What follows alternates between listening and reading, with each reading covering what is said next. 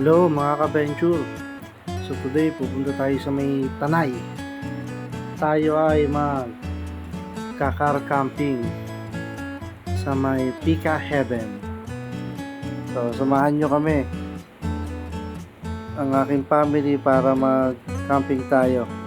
Pero bago yon, mag-stop over muna tayo dito sa may Shell Boso-Boso para kahit papano makapag-unat-unat. Dahil mahabang biyahe, mahabang upuan, so baka magkapigsa tayo. Hehehe. So ito yung mga ginagawang stopover ng mga nagra-rides dito sa Marilake. So, tingnan natin itong overlooking dito sa may likod ng Shell. Samahan nyo ako ron. Hello Kuya Dom, maganda ba dyan?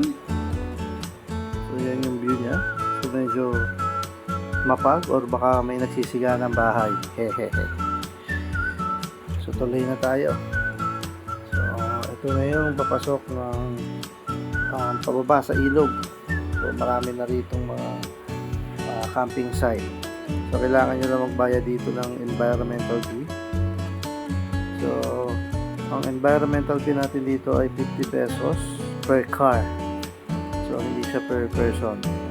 So tuloy-tuloy lang po tayo.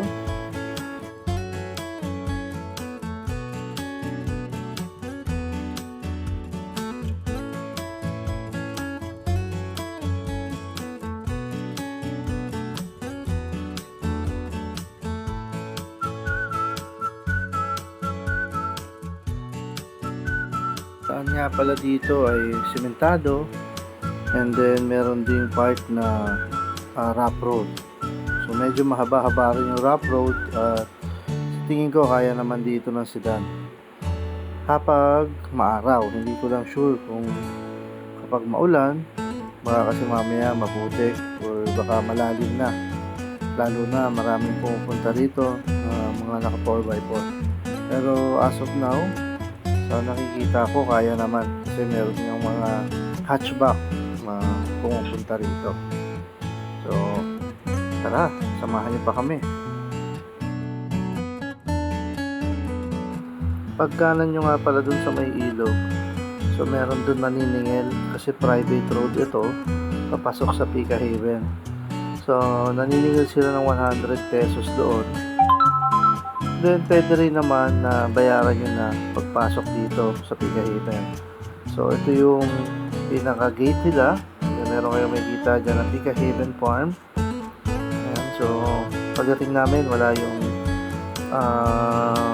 bantay. So kaya pinababa ko pa ang aking anak para pabuksan ang gate na ito.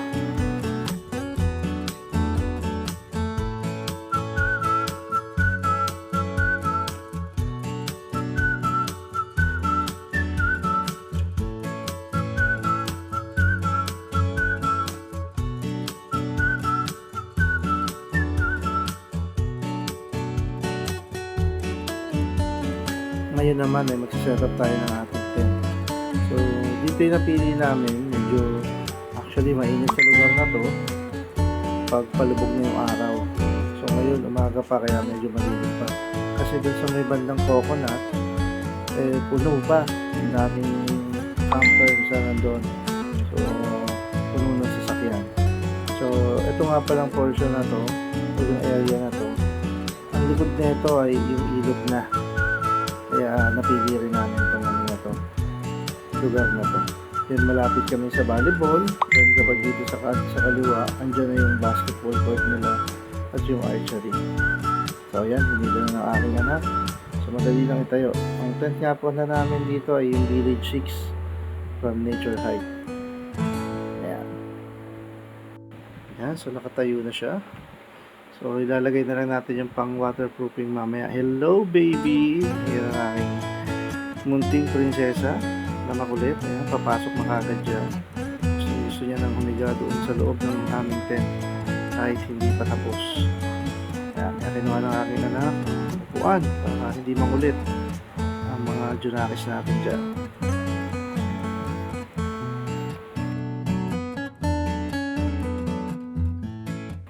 halika, tuloy na natin. So ngayon, lalagyan na natin ng pampatibay. Lalagyan na tayo ng pegs para hindi gumalaw pag nilagay natin itong waterproof cover natin. So iikutin lang namin yan kasi medyo na baliktad ang aking lagay ng aking kuya. So kailangan ikutin. Okay, hila-hila lang.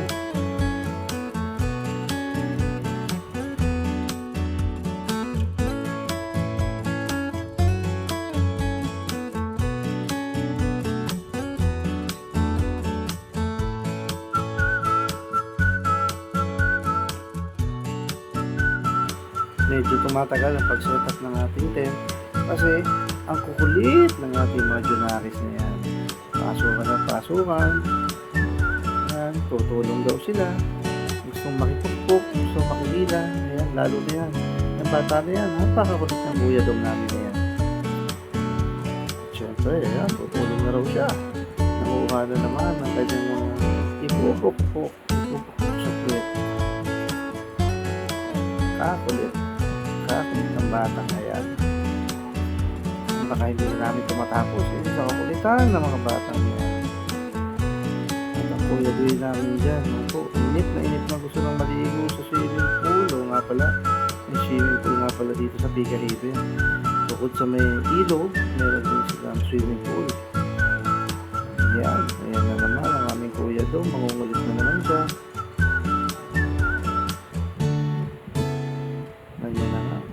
Kasundo kung anong gagawin.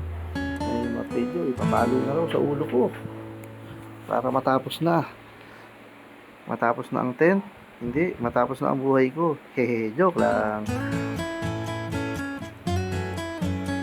So init na nga yan. Ayan ah, init na namin kuya doon. Saka nakakita na camping, naka-complete uniform pa oh.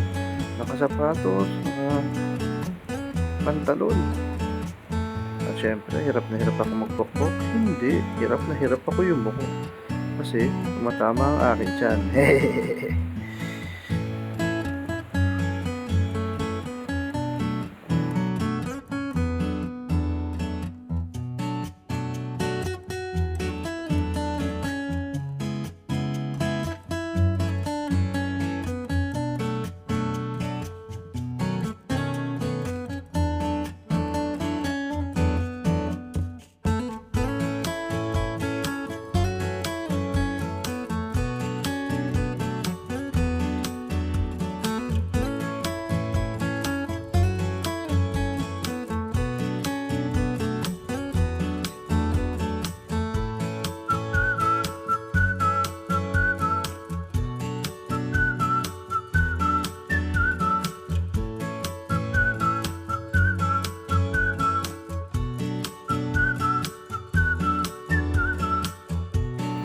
Ayan na nga, after namin mag-setup, hindi na namin napakita sa inyo na natapos namin ang tent.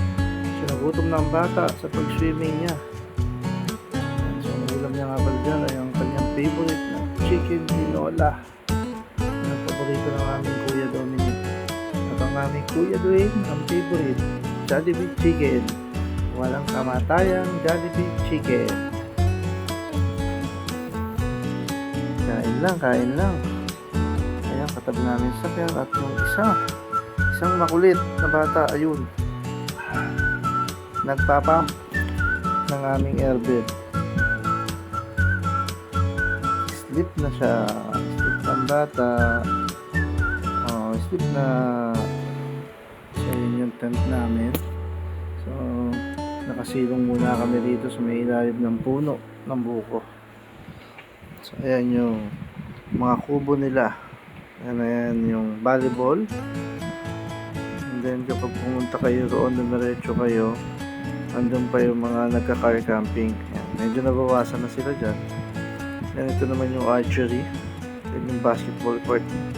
Sa likod lang kinakatayuan namin yan. Ayan. So kitang kita siya sa aming tent. Ayan ang aming mga Junaris na makukulit. Ayan naman. Dami raw dahon, daming leaves.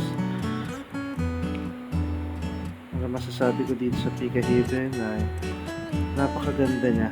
Malawak, makakapaglaro ang mga bata, lalo na kung family camping ang gagawin nyo. Mag-e-enjoy talaga sila.